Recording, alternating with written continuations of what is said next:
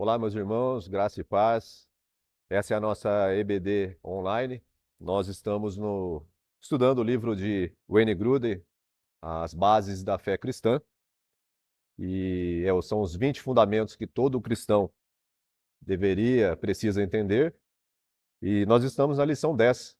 Queria estudar junto com vocês o que é expiação. É um tema que talvez para você que não tenha tanto tempo na fé, seja um tema um tanto quanto difícil de compreensão, né? A expressão expiação. Talvez também você já tenha um bom tempo de caminhada na fé, e isso também, o termo te causa uma certa estranheza. Juntamente contigo, eu gostaria de estudarmos aqui e esclarecer, para a gente estar aprendendo junto o que é expiação. Mas antes disso, eu gostaria de separar um tempo para que nós possamos orar antes de começar essa lição. Senhor, meu Deus, em nome do Senhor Jesus, muito obrigado, Senhor, por esta oportunidade, ó Pai, que estamos tendo aqui neste momento, na nossa EBD. Pedimos, Senhor, que o Senhor venha a conduzir, ó Pai, esse estudo, que através do Espírito Santo o Senhor traga clareza, Pai, ao nosso coração, que possamos compreender, ó Pai, esse tema expiação, e que isso, ó Pai, possa fazer diferença em nossas vidas a partir do momento que o nosso coração compreender isso, Pai. Pedimos, ó Pai, que o Senhor conduza essa aula, Pai. Manifeste, Senhor, a tua presença em nossas vidas. Nós te agradecemos, ó Pai, por essa oportunidade. Em nome de Jesus, amém. Então, o tema número 10, irmãos, o que é expiação?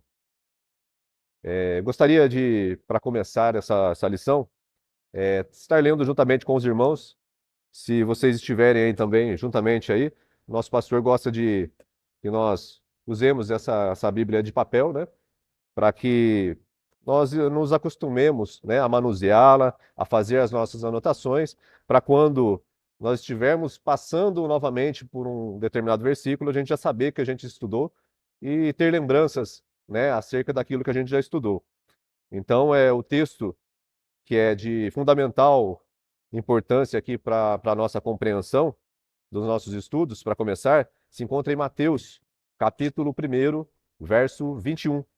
Diz assim: Ela dará à luz a um filho, e você deverá dar-lhe o nome de Jesus, porque ele salvará o seu povo dos seus pecados. Essa passagem aqui, irmãos, está dizendo a respeito de Maria, quando Maria, né, se encontrava grávida, e um anjo do Senhor apareceu a José, dizendo a ele que aquele filho que Maria estava esperando foi gerado pelo Espírito Santo e que deveria se chamar Jesus, porque ele salvaria o povo dos seus pecados. É sobre essa ótica, salvar o povo dos seus pecados, que a gente encontra o real sentido da expiação. Expiação, na verdade, ela é uma palavra que ela foi traduzida, né? O sentido dela original seria capar. Capar, do hebraico, significa cobrir. Então, no caso, a expiação é o ato pelo qual o pecado é cancelado, o pecado é anulado, o pecado é apagado de registro. E foi isso que Jesus fez por nós na cruz do Calvário. Então, esse sacrifício, a vida que Cristo teve sem pecados, né? Ele teve uma vida santa e acabou, né, como a morte, como culpado, sofrendo, limpando os nossos débitos que tínhamos diante de Deus. Isso aí é chamado de expiação em determinadas vezes, em várias vezes na doutrina.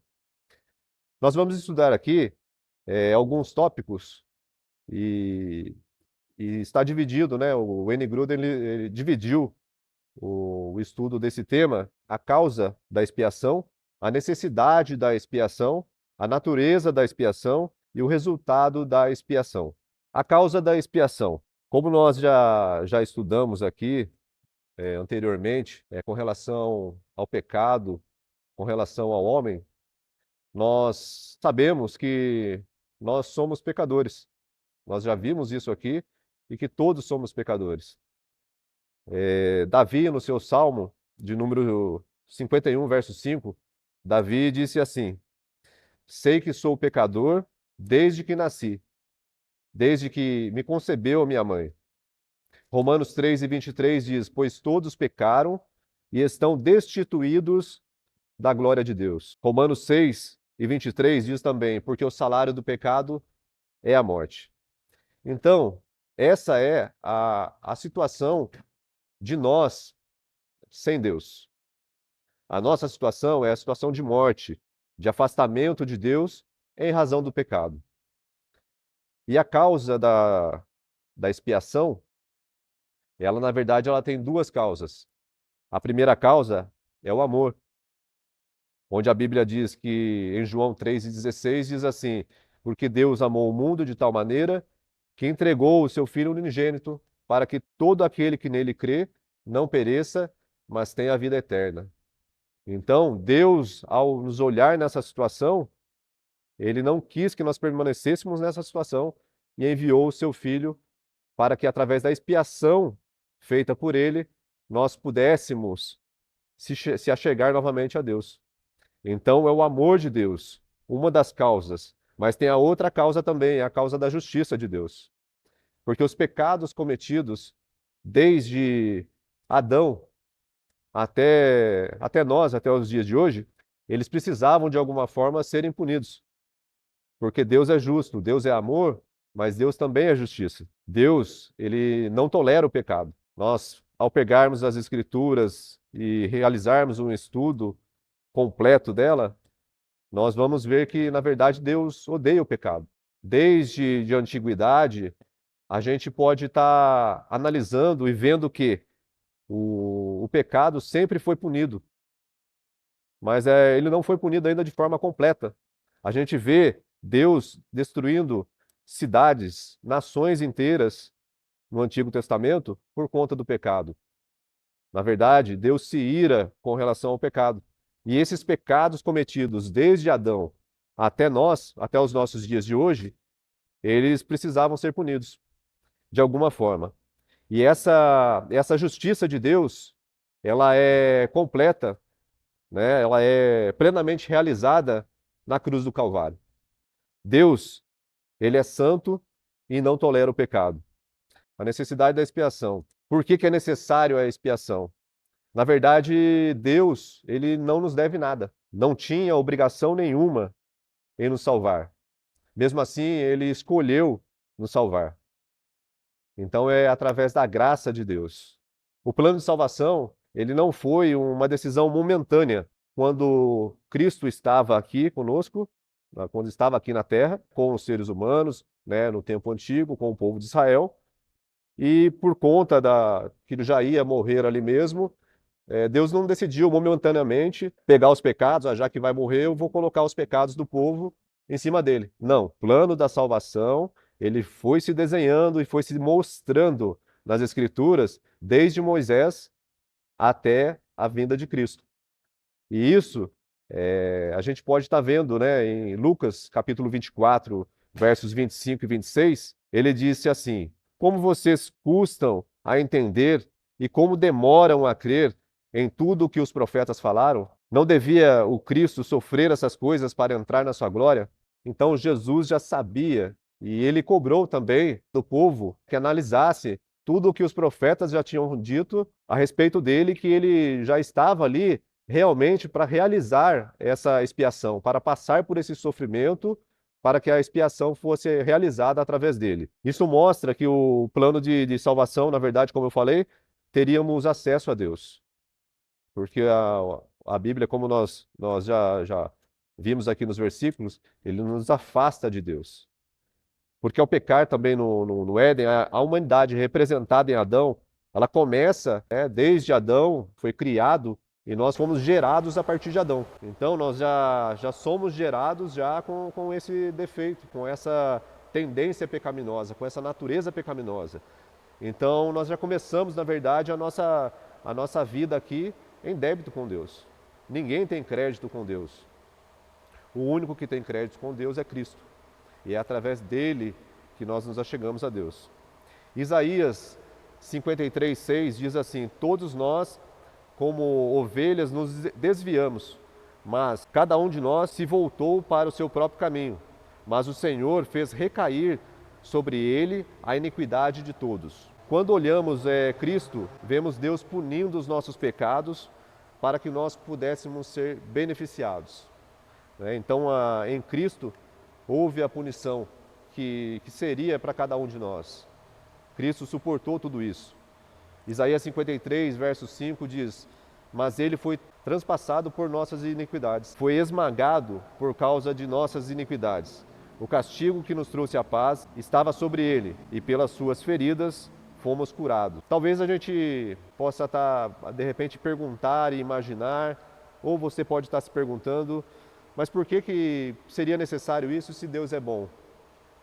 Por que Cristo precisaria passar por isso se Deus é bom? Não dava para perdoar a gente sem Cristo passar por isso? Não, não dava. Porque o próprio Deus já tinha estabelecido isso anteriormente. Sem derramamento de sangue, não há perdão de pecados. A gente pode ver isso em Hebreus 9, 22. Livro de Levítico também, a gente pode estar vendo que o tanto de animais que foram sacrificados naquela época, nos tempos antigos, para perdão dos pecados do povo. Então isso foi estabelecido pelo próprio Deus. Sem derramamento de sangue não haveria perdão de pecados. Porém, o sangue de animais não era suficiente para a purificação completa do homem.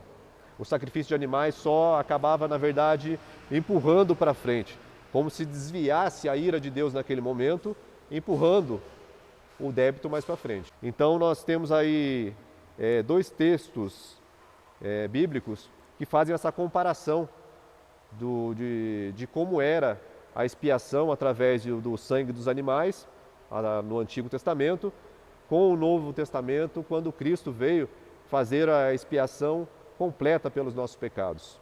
Eu gostaria de estar lendo juntamente com os irmãos, Hebreus capítulo 9, versículo 6.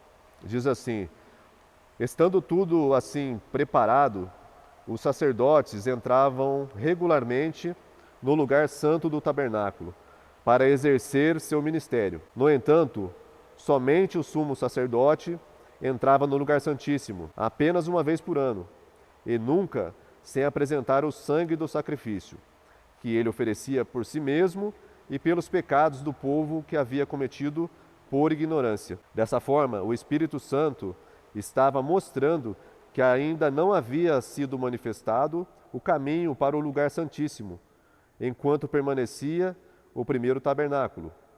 Isso é uma ilustração para os nossos dias, indicando que as ofertas e os sacrifícios oferecidos não podiam dar ao adorador uma consciência perfeitamente limpa. Isso é o Antigo Testamento, quando fala dos animais que eram sacrificados no tabernáculo pelo sumo sacerdote, e ele fazia isso primeiramente para o perdão de seus pecados e posteriormente, só assim, após o perdão dos pecados dele, que ele poderia adentrar no Santo dos Santos e sacrificar outro animal com derramamento de sangue, com sangue aspergido ali sobre a tampa da Arca da Aliança, para que o povo fosse perdoado, o povo de Israel fosse perdoado dos seus pecados. Mas, como eu falei, era um sacrifício que, na verdade, ele não era completo. Ele apenas postergava, ele tirava a ira de Deus daquele momento, mas não havia um perdão completo. É como se empurrasse essa dívida mais para frente e uma hora teria que ser pago. Aí a gente pode ver a comparação com o Novo Testamento, Hebreus capítulo 9 também, verso 11 até o versículo 14. Diz assim: quando Cristo veio, como sumo sacerdote dos benefícios agora presentes, ele adentrou o maior e mais perfeito tabernáculo, não feito pelo homem, isto é, não pertencente a esta criação. Não por meio de sangue de bodes ou de novilhos, mas pelo seu próprio sangue. Ele entrou no lugar santíssimo de uma vez por todas e obteve eterna redenção. Ora, se o sangue de bodes e touros e as cinzas de uma novilha espalhadas sobre os que estão cerimonialmente impuros os santificam, de forma que tornam exteriormente puros, quanto mais o sangue de Cristo, que pelo Espírito eterno se ofereceu de forma imaculada a Deus, purificará a nossa consciência de atos que nos levem à morte, para que sirvamos ao Deus vivo.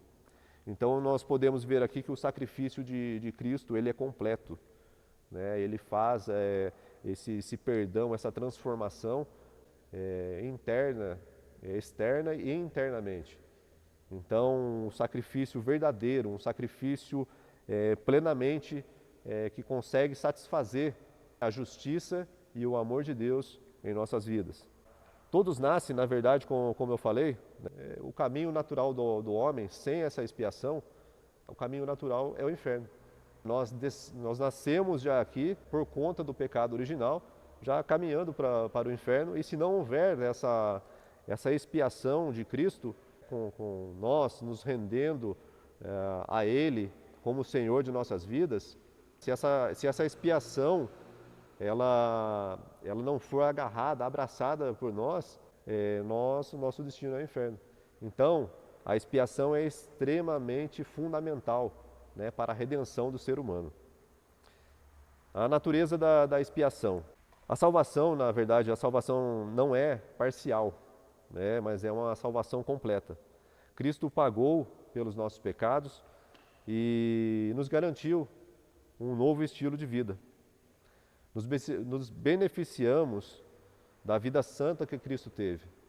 No Velho Testamento, quando o ser humano ia ao templo oferecer um sacrifício, o que era analisado não era o ser humano, era o sacrifício. E agora também no Novo Testamento, quando nós nos achegamos diante de Deus, através de Cristo Jesus, Deus olha o sacrifício, Cristo Jesus. E assim, Ele nos considera santos. Então é através de Cristo que nós temos essa vida que nos dá a condição de termos acesso a Deus, de nos relacionarmos com Deus. Porque Deus, ao olhar para nós, agora Ele enxerga Cristo. Romanos 5,19 diz assim: logo assim, como por meio da desobediência de um só homem, muitos foram feitos pecadores, assim também, por meio da obediência de um único homem, muitos serão feitos justos. Herdamos desobediência em Adão, mas quando morremos e nascemos em Cristo, herdamos obediência e santidade. A expiação não só nos garante a eternidade com o Pai, mas um novo estilo de vida disponível para nós. Gálatas, capítulo 3 e verso 13, diz assim que o Senhor se tornou maldito em nosso lugar. Porque nos tempos de Cristo e ao longo da Bíblia a gente pode ver que a Bíblia fala que maldito aquele que for pendurado no madeiro. E isso foi o que aconteceu com Cristo. Ele se fez maldito em nosso lugar. O sacrifício dele é uma coisa que nós não teríamos condição nenhuma de pagar, por conta de nossa própria natureza. Nós não suportaríamos nem um pouco, talvez, do que Cristo suportou. Cristo foi torturado, foi morto, foi até o fim de sua vida surrado, né? Teve dificuldades, inclusive na cruz do Calvário, de respiração. Foram momentos agoniantes. Não havia possibilidade nenhuma da gente suportar isso aí. E além dessa dor física, ele sofreu essa dor espiritual, porque naquele momento nossos pecados estavam sobre ele, e esse peso do pecado sobre ele, toda essa iniquidade sobre ele, promoveu um afastamento momentâneo com Deus, por conta da ira de Deus que naquele momento estava sendo aplicada em Cristo. E somente Cristo teria condição de pagar por nós. Nós não teríamos condição alguma de fazer isso aí. E se não fosse essa dívida paga por Cristo, nós não teríamos condição e estaríamos perdidos até o dia de hoje, por toda a eternidade. O resultado da expiação. Cristo viveu uma vida perfeita e sem pecados. e sofreu uma morte horrível de pecador, a fim de salvar o seu povo dos seus pecados. Então esse é o primeiro resultado da expiação. Cristo ele viveu essa vida perfeita, morreu, né, uma morte horrível, então ele salvou o povo dos seus pecados. Aquilo que era para a gente pagar, ele pagou para a gente. Ele pagou no nosso lugar.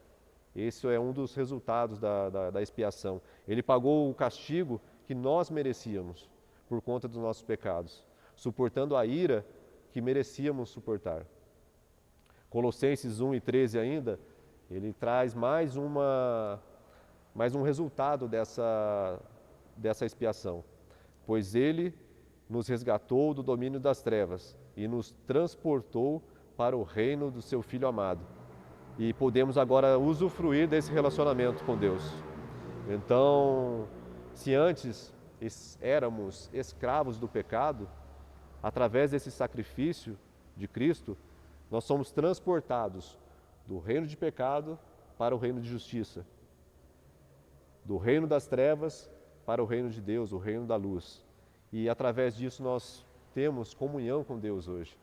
Nós temos, além disso, um novo estilo de vida, porque Cristo, ele renovou, ele perdoou não só externamente, como ele houve uma mudança, ele nos transforma interiormente. E através do Espírito Santo e através do exemplo de Cristo, nós devemos viver um novo estilo de vida a partir daí. E isso é resultado da expiação. Então, eu gostaria de concluir essa lição dizendo que a expiação é purificar, pagar o preço pelos nossos pecados e nos dar um novo estilo de vida. Foi isso que foi o resultado da expiação de Cristo na cruz do Calvário. Que nós possamos dar valor a isso aí. Há tanto sacrifício, há tanto amor, há tanta justiça, que Deus não tinha nenhuma obrigação de nos salvar.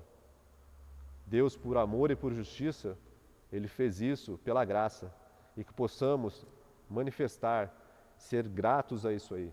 No nosso dia a dia, nós levarmos em consideração tudo o que Deus fez, tudo que Jesus fez por nós na cruz do Calvário, o alto preço que Ele pagou, que possamos refletir isso em gratidão, por Ele dar essa oportunidade de nós estarmos em comunhão novamente com o Pai, que possamos produzir frutos dignos dessa expiação tão maravilhosa. Eu concluo essa aula aqui, agradeço, né, essa lição aqui, agradeço os irmãos pela companhia e peço que os irmãos continuem conosco nas próximas lições. Se você ainda não viu as lições anteriores, você possa voltar na nossa playlist e estar vendo as outras lições. Isso é fundamental porque está todo entrelaçado, né? Essas lições, para que possamos concluir bases da fé cristã. Muito obrigado, meus irmãos, Deus abençoe e até uma próxima.